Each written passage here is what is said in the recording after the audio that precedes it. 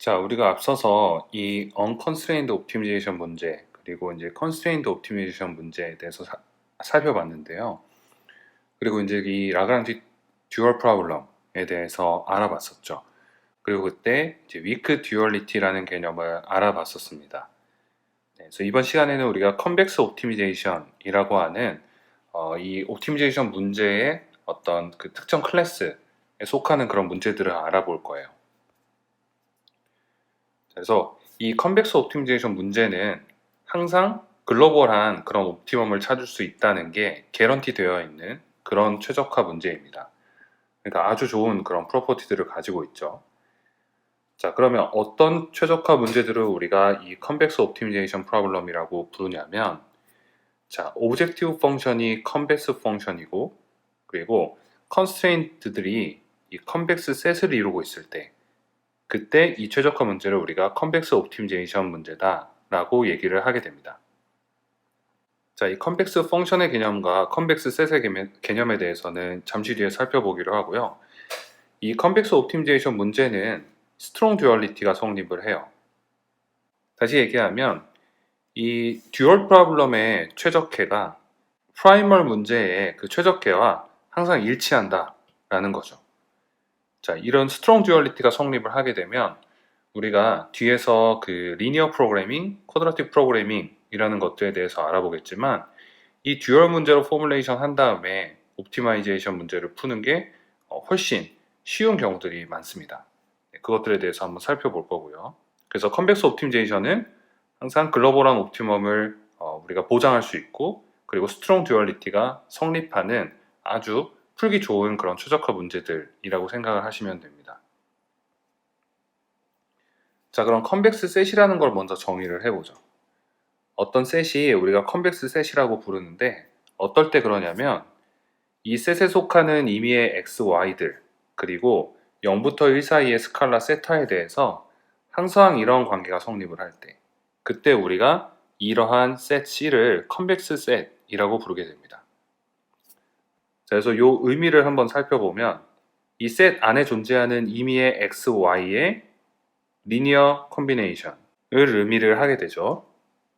자, 그래서 x, y를 어떤 벡터라고 생각을 해보면, 자, 이러한 벡터 x가 있고요. 여기 이렇게 y가 있다고 해보겠습니다. 그럼 이 좌변을 정리를 해보면 y 더하기 세타 곱하기 x 마이너스 y가 되는 걸 알 수가 있죠. 자, 그러면 이 x 마이너스 y 벡터가 결국 이 벡터를 의미를 하게 되고요. 여기에 0에서 1 사이에 세타를 곱했어요. 그러면 이 세타 값에 따라서 이러한 다양한 이 선상에 존재하는 이런 다양한 벡터들을 우리가 만들어낼 수 있죠. 그리고 얘랑 y랑 더했습니다.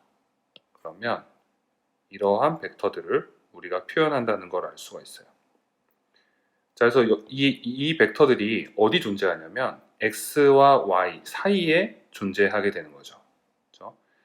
그래서 임의의 x, y에 대해서 이 사이에 존재하는 모든 엘레멘트들이 그 셋 안에 속하게 되면 우리는 이러한 셋을 컨벡스 셋이라고 부르게 됩니다.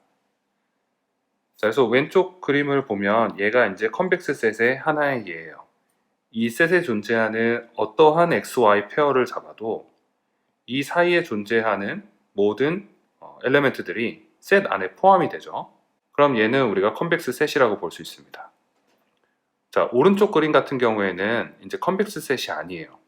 왜 그러냐면 우리가 XY를 이렇게 잡으면 이 사이에 존재하는 모든 엘레멘트들이 다 이 셋 안에 존재하는 게 아니죠. 여기 보시면 여기에 해당되는 엘레멘트들은 셋 안에 포함되지 않습니다. 그러면 얘는 이제 non-convex 셋이다 라고 우리가 부르게 됩니다. 그래서 컨벡스 셋의 정의가 이렇다라는 걸 알아두시고요. 자, 그다음 두 번째 데피니션 보죠. 두 번째 데피니션 어떤 함수가 있는데요. f라는 함수가 있는데 이 함수의 도메인이 컨벡스 셋이라고 해보겠습니다. 이때 이 함수를 우리가 컨벡스 펑션이라고 부르는데요.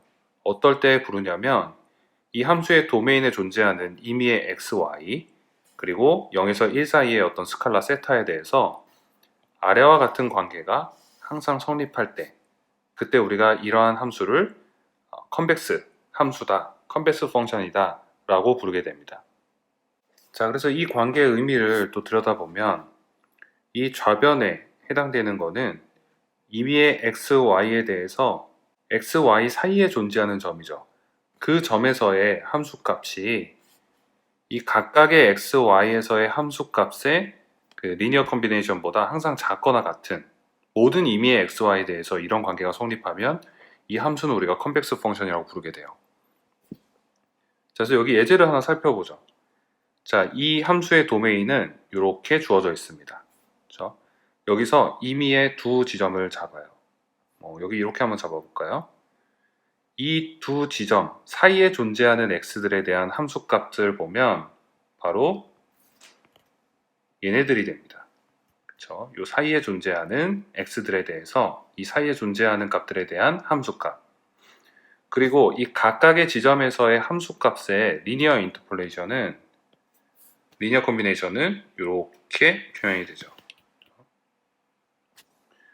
자, 여기서 의미하는 게 이 영역 안에서 이 각각의 함수값을 인터폴레이션한 이 초록색 선보다 실제 함수 라인이 이렇게 아래에 나와 있는 거죠. 아래로 이렇게 존재하게 되는 겁니다. 모든 영역에 대해서 이 함수값이 더 작게 되죠. 자, 임의의 xy에 대해서 어디서나 이러한 관계가 성립하는 함수가 바로 컨벡스 펑션입니다. 그래서 간단히 생각하면 이렇게 볼 형태의 모양을 가지고 있는 이런 함수가 바로 컨벡스 펑션이죠. 그래서 다차원으로 확장을 해보면 어쨌든 이런 뭔가 이렇게 그릇 모양의 그런 함수 형태를 가지고 있는 것들을 우리가 컨벡스 펑션이라고 부르게 됩니다. 자, 그리고 컨케이브 펑션이라는 건 뭐냐? 이거는 컨벡스 펑션의 반대예요. 그래서 네거티브 오브 컨벡스 펑션이라고 우리가 생각을 하면 되고, 얘는 그림을 그려보면 1차원에서 그림을 그려보면 이런 함수가 되겠죠. 그렇죠? 이런 함수도 우리가 컨케이브 펑션이라고 부르게 됩니다. 자, 그래서 컨케이브 펑션을 정의를 해보면 컨벡스랑 다르게 임의의 두 지점에 대해서 이 함수값의 리니어 인터폴레이션과 실제 이 사이에 존재하는 도메인에 있는 엘리멘트들의 실제 함수값을 비교를 해봤을 때 이 함수값이 이 직선보다 항상 위에 존재하는 거죠. 그렇죠? 그래서 여기서 부동호가 바뀐다고 여러분들 생각을 하시면 돼요. 이런 함수들을 우리가 컨케이브 펑션이다 라고 얘기를 하게 됩니다.